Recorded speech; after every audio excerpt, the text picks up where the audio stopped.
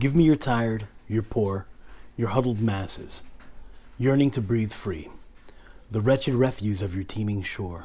Send these, the homeless, tempest-tossed to me. I lift my lamp beside the golden door. Try, if you will, to imagine leaving everything you know is home behind, rolling up to America's shores after a long sea voyage, and coming into this densely populated neighborhood with so many different languages. The tenement buildings you see blocking out the sun, they housed waves of immigrants who settled on the island of Manhattan. Over 100 years later, the institution of punk was born on an old Dutch road.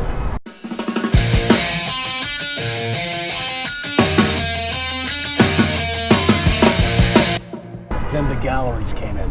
The LES is known as a warren of clubs, restaurants, and bars, with galleries peppering the narrow streets with all kinds of exhibitions. The wonderful thing I love about this area is you can find white cubes just all over the place.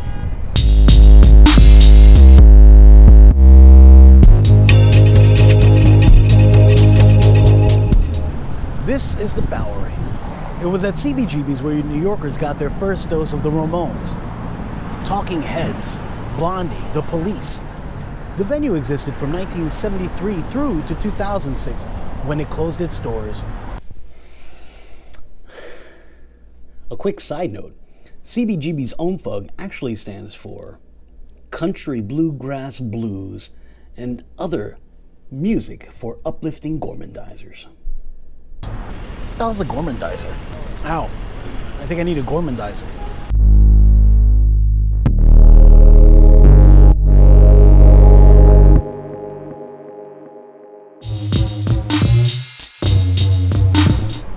These tenements date back to the 1800s, when waves of immigrants would land on America's welcoming shores.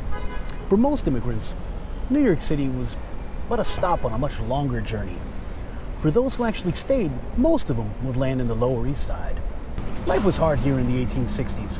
Families slept in crowded rooms and makeshift beds, and often enough those same bedrooms converted into workstations in the morning. These makeshift workspaces churned out all manner of industry, which contributed greatly to the budding Lower East Side economy.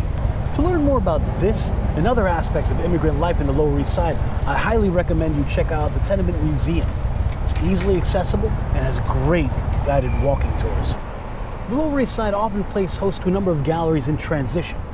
That means they're either transitioning from Brooklyn to Manhattan, or they're transitioning from Chelsea to another part of New York and possibly Brooklyn.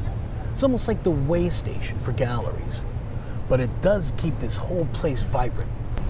We had the pleasure to meet with Adrian Vanderplas, a fixture in the Lower East Side community since 2013. With over 40 years in the art game, Adrian Vanderplas has established that he can recognize great art, has a distinct sense of loyalty, and an affinity for his community.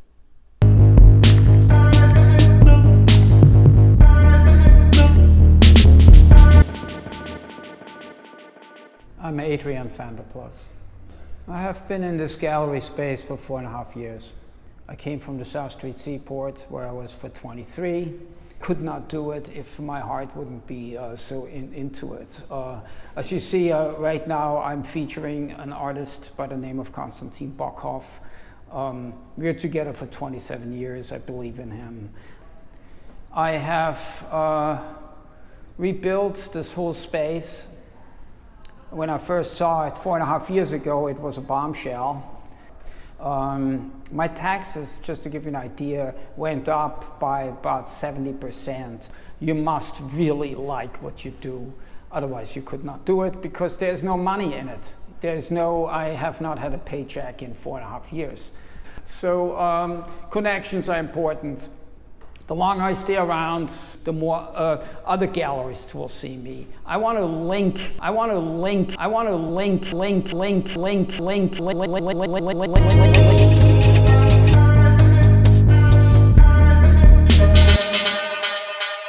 The Vanderplas Gallery rotates their shows quite frequently, and Adrian clearly loves what he does. If you like what you've seen as well, I encourage you to contact the Vanderplas Gallery and get involved.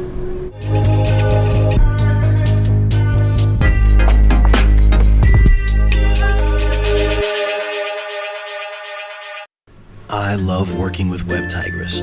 I mean, I thought I knew it all. That is, until I had a conversation with her, and she broke it down into 3 main parts I won't ever forget: website design, social media management, and most importantly, content. As a social media Luddite, it's the Tigress approach that helps us and many others communicate effectively with our social media public. I particularly enjoy the ease of communication while discussing such topics as developing your personal brand reach. You can get a great deal just for being a listener of this podcast by visiting webtigress.com/artifications. Web Tigress, your first and last stop for successful web strategies.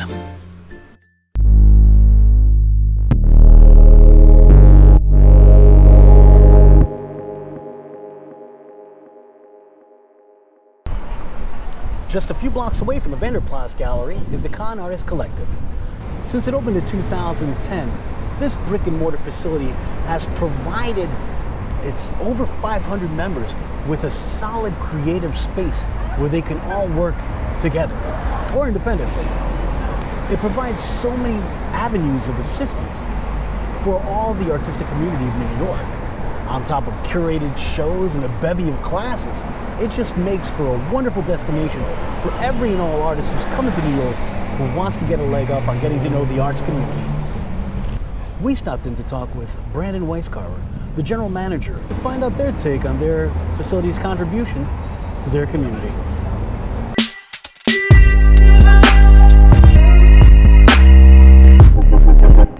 One thing I like to say a lot, I'm constantly saying to people, with art, the best thing about it is it doesn't matter if you're good at it or not, it's still good for you. My name is Brandon Weiscarver. We are at Con Artist Collective, which I've been helping to run for the last few years. I think my biggest challenge that I faced in New York was finding where the artists were and where I could show and what was going on. There's a lot happening here, and our world's not always the most open place. Yeah, there really is happening. It just takes 1 or 2 introductions, right, to actually start opening some interesting doors and finding out where to go and meeting people and things like that. But I was born in Texas, I was raised in California, and now I consider myself a New Yorker because I've been here long enough. Before I came from the Bay, and the thing that I really noticed about the difference between the art scene in the Bay and versus New York and versus LA is that I know the 2 places where you actually sell work are LA and New York. Strength in numbers is a really core principle of Con Artist Collective, and it's an interesting one for artists, right? Because artists are usually thought of as these solitary creatures who live in the seclusion, and they're romantics, and it's all about this personal expression, when in reality we can accomplish so much here the reason we're here is because there's so many of us willing to throw down on a bigger vision of having a space for artists that is open like that. So if you have a lot of people who care about similar things, the more of you cluster together, the better off you're going to be. We're making shoes, we're making art, we're making handmade goods, we're creating new apps, we're doing any kind of creative process and helping and supporting each other.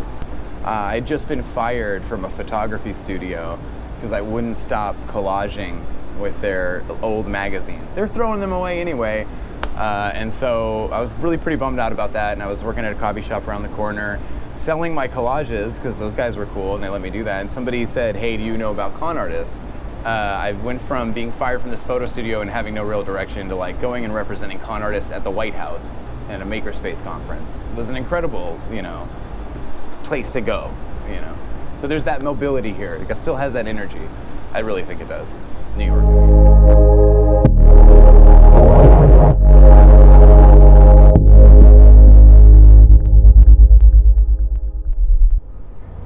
Manhattan is full of tales. And with all its storied neighborhoods, it's easy to forget that New York City is actually an island.